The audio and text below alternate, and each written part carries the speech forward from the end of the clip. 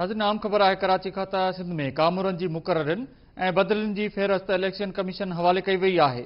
अवांखे ॿुधायूं त शकील मंगणे जो चेयरमैन तरक्की ऐं रिथाबंदी ऐं ज़ाहिद अब्बासी के senior member board of revenue मुक़रर करण की इजाज़त तलब कई वई है।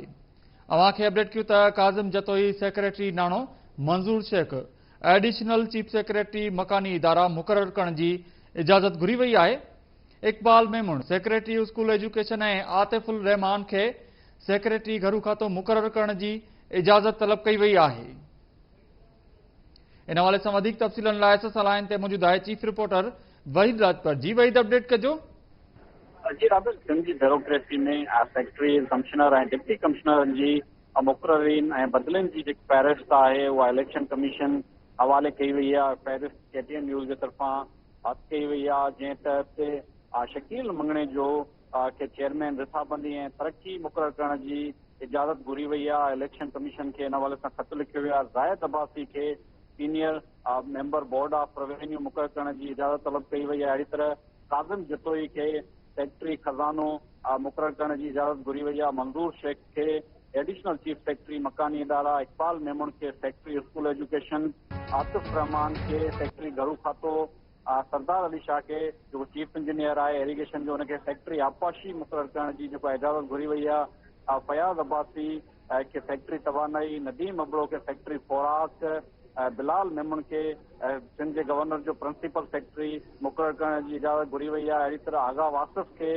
सिंध के वॾे वज़ीर जो प्रिंसिपल सेक्रेटरी मुक़रर करण की इजाज़त घुरी वई है। अहिड़ी तरह नजम शाह के सेक्रेटरी सेहत, डॉक्टर शीरीन मुस्तफ़ा नारेजो के सेक्रेटरी एक्साइज, नसीम गनी सहतो के DG मलेर डेवलपमेंट अथॉरिटी, इसाफ कोड़ो के DG SPCA जो तौर मुक़रर करण की इजाज़त घुरी वई है। अहिड़ी तरह सलीम राजपूत के कमिश्नर कराची मुक़रर करण की इजाज़त इलेक्शन कमीशन का घुरी वई है। ख़ालिद हैदर शाह के कमिश्नर हैदराबाद, फैसल उकेली के कमिश्नर मीरपुर खास, मोहम्मद सज्जाद हैदर के कमिश्नर शहीद बेनज़ीराबाद, जुल्फ़कार शाह के कमिश्नर सखर, अब्दुल वहीद शेख के कमिश्नर लाड़कानो मुक़रर करण की इजाज़त घुरी वई है। अहिड़ी तरह समूरनि डिस्ट्रिक्ट्स में जेके डिप्टी कमिश्नर आहिनि उन्हनि जी फ़हरिस्त भी जेको इलेक्शन कमीशन के सेक्रेटरी के मोकिली वई आहे।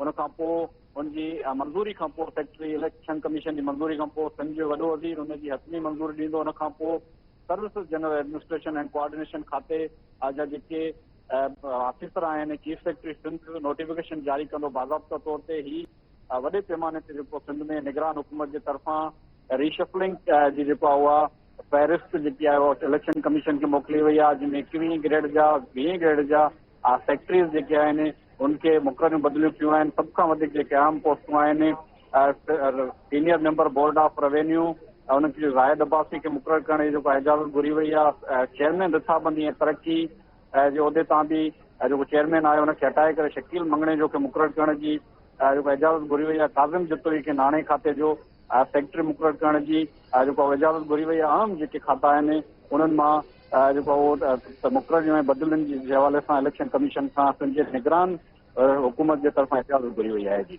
वॾी महिरबानी अपडेट करण लाइ वहीद राजपूत। अवांखे अपडेट कयूं कराची खाता सिंध में कामूरन की मुक़ररनि ऐं बदिलनि की फ़हरिस्त इलेक्शन कमीशन हवाले कई वई है। शकील मंगणे जो चेयरमैन तरक्की ऐं रिथाबंदी ऐं ज़ाहिद अब्बासी के senior member board of revenue मुक़रर करण की इजाज़त तलब कई वई है। अवांखे ॿुधो त काज़िम जतोई सेक्रेटरी नाणो मंजूर शेख एडिशनल चीफ सेक्रेटरी मकानी इदारा मुक़रर करण की इजाज़त घुरी वई है। Iqbal Memon secretary school education ऐं आतिफ रहमान के सेक्रेटरी घरू खातो मुक़रर करण की इजाज़त घुरी वई है। सरदार अली शाह के सेक्रेटरी आपाशी, फयाज़ अब्बासी के सेक्रेटरी तवानाई मुक़रर करण की इजाज़त घुरी वई है। अवांखे ॿुधायूं त नदीम अबड़ो के सेक्रेटरी ख़ुराक ऐं बिलाल मेमून के गवर्नर जो पर्सनल सेक्रेटरी मुक़रर करण की इजाज़त तलब कई वई है। आगा वासिफ के वॾे वज़ीर जो पर्सनल सेक्रेटरी ऐं नजम शाह के सेक्रेटरी सेहत मुक़रर करण की इजाज़त तलब कई वई है। डॉक्टर शीरीन मुस्तफ़ा के सेक्रेटरी एक्साइज, नसीम गनी सेतो के DG MDM मुक़रर करण की इजाज़त तलब कई वई है। अवांखे अपडेट कयूं कराची खां त सिंध में कामरनि जी मुक़ररनि ऐं बदिलनि जी फ़हिरिस्त इलेक्शन कमीशन हवाले कई वई आहे। अवांखे ॿुधायूं त शकील मंगणे जो चेयरमैन तरक़ी ऐं रिथाबंदी ज़ाहिद अब्बासी खे senior member board of revenue मुक़रर करण जी इजाज़त तलब कई वई आहे। काज़िम जतोई खे सेक्रेटरी नाणो, मंज़ूर शेख एडिशनल चीफ सेक्रेटरी मकानी इदारा मुक़रर करण जी इजाज़त घुरी वई आहे। इन हवाले सां लाइन ते मौजूद आहे केटी न्यूज़ जो रिपोर्टर सगीर चांडियो। जी सगीर, तफ़सील ॾिजो।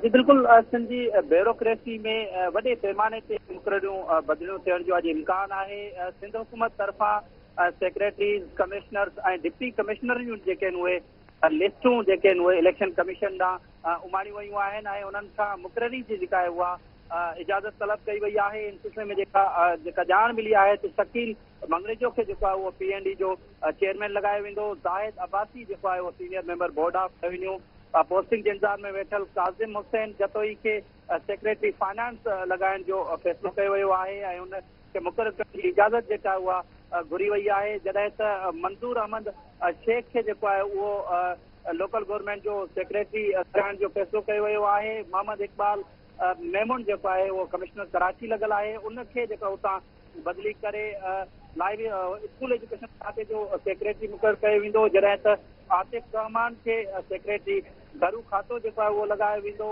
सदफ अनीस शेख खे स्कूल एजुकेशन कॉलेज एजुकेशन जो जेको आहे उहो सेक्रेटरी लॻायो वेंदो। जॾहिं त VR में मुलविस जेको आहे उहो करप्शन जा पैसा वापसि कंदड़ सरदार अली शाह जेको आहे उहो हिन वक़्तु चीफ इंजीनियर आहे, उन्हनि खे आबपाशी खाते जो सेक्रेटरी लॻायो वेंदो। उनखां अलावा शाहब कमर खे सेक्रेटरी INC लॻायो वेंदो। अहिड़ी रीति जेको आहे उहो नदीम अहमद अबड़ो खे जेको आहे उहो सेक्रेटरी खुराक मुक़ररु कयो वेंदो। अहिड़ी तरह उमर फारूक भुल्लो जेको पोस्टिंग जे इंतज़ार में वेठल आहे, उनखे कच्ची आबादी वारे खाते जो सेक्रेटरी लॻाइण जी जेका आहे उहा इजाज़त घुरी वई आहे। उनखां अलावा गवर्नर सिंध जो जेको आहे उहो प्रिंसिपल सेक्रेटरी बिलाल अहमद मेमून खे जेको आहे उहो मुक़ररु करण जो फ़ैसिलो कयो वियो आहे। आगा वासिफ़ जेको आहे उहो वॾे वज़ीर जो प्रिंसिपल सेक्रेटरी जेको आहे उहो मुक़ररु करण जी इजाज़त घुरी वई आहे। अहिड़ी तरह नजम अहमद शाह खे जेको आहे बलदात खाते मां बदिली कयो वेंदो। सिहत खाते जो सेक्रेटरी मुक़ररु करण जी इजाज़त घुरी वई आहे। शिरीन मुस्तफ़ा नारेजो खे सेक्रेटरी एक्साइज़ लॻाइण ऐं असद ज़ामिन खे जेको आहे उहो सेक्रेटरी ट्रांसपोर्ट लॻायो वेंदो। उनखां अलावा नूर अहमद समो खे secretary universities and board, Mohammad Murid Raimoo खे जेको आहे उहो पोस्टिंग जे इंतज़ार में वेठो आहे ऐं उनखे जेको आहे सेक्रेटरी इन्वेस्टमेंट डिपार्टमेंट मुक़ररु कयो वेंदो। अहिड़ी तरह मुख़्तलिफ़ जेके आहिनि उहे सेक्रेटरीज़ की जेके आहिनि प्रपोज़ल जेके आहिनि उहे मोकिलिया विया आहिनि। तॾहिं जॾहिं त मुख़्तलिफ़ जेके उहे कमिश्नर जूं बि जेके आहिनि उहे सिफ़ारिशूं उमाणियूं वयूं आहिनि। अब्दुल फ़हीम ख़ान खे क्यामड़ी जेको आहे उहो DC मुक़ररु कयो वेंदो। जॾहिं त अलावा इल्ताफ़ जेका हुसैन सारियो खे कमिश्नर कराची कमिश्नर कराची ॾखण ज़िले जो जेको आहे उहो DC मुक़ररु कयो वेंदो। उनखां अलावा कमिश्नर जा बि जेके आहिनि उहे तजवीज़ूं मोकिलियूं वयूं आहिनि त मोहम्मद सलीम राजपूत खे जेको आहे उहो कमिश्नर कराची मुक़ररु कयो वेंदो। ख़ालिद हैदर शाह खे जेको आहे उहो कमिश्नर हैदराबाद, फैसल अहमद उकेली खे कमिश्नर मीरपुर ख़ास ऐं सैयद मोहम्मद सज्जाद हैदर खे DG लेबर मां बदिली करे कमिश्नर शहीद बेनज़ीराबाद मुक़ररु कयो वेंदो। ज़ुल्फ़ार शाह जेको पोस्टिंग जे इंतज़ार में वेठल आहे, उनखे कमिश्नर सखर ऐं अब्दुल वहीद शेख खे जेको आहे उहो कमिश्नर लाड़को मुक़ररु करण जी जेका उहा इजाज़त घुरी वई आहे। अहिड़ी तरह जुनैद इक़बाल खे जेको आहे उहो DC ओलह मुक़ररु करण जी जेका उहा सिफ़ारिश कई वई आहे। इल्ताफ़ अहमद शेख खे DC ओभर ऐं सफ़दर हुसैन रिज़वी खे कराची ज़िले सेंट्रल जो DC लॻाइण जी जेका उहा इजाज़त घुरी वई आहे। फवाद ज़फ़ार खे जेको आहे उहो DC कोरंगी लॻाइण जी इजाज़त घुरी वई आहे। जी, वॾी महिरबानी अपडेट करण लाइ सगीर चांडियो।